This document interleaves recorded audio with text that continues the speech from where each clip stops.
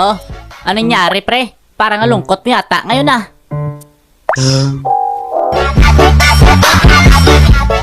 Alam ko na.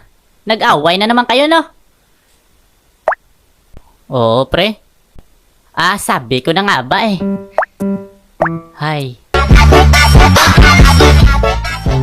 Paano mo naman nalaman, pre? Alam mo, pre, kilalang kilala na kita. Alam ko yung pinagkaiba ng mukha mo pag wala kang pera kaysa wala kang jowa. Huh? Ay. Pag nag-away pala kayo. Hehe. Ako lang pala walang jowa dito.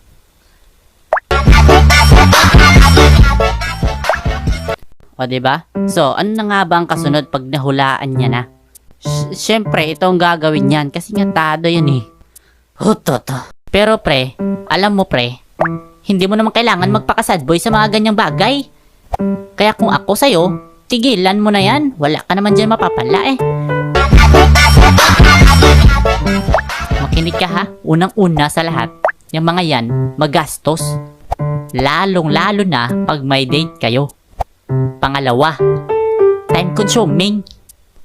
Naku, alam mo naman yung mga yan eh. Laging uhaw sa atensyon.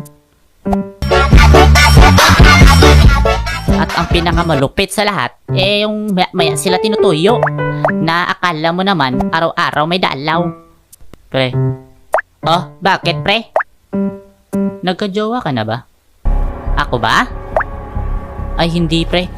Yung bagang mo na lang. Malamang ikaw, may iba pa ba akong kausap? Shish! Ako pa talaga tinanong mo ha? Alam mo pre, never pa eh.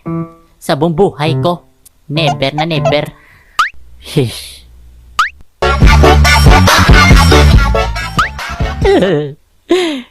Tinanong mo pa talaga ako pre. Ang sama mo sa akin. Bad ka? Wawa lang jowa.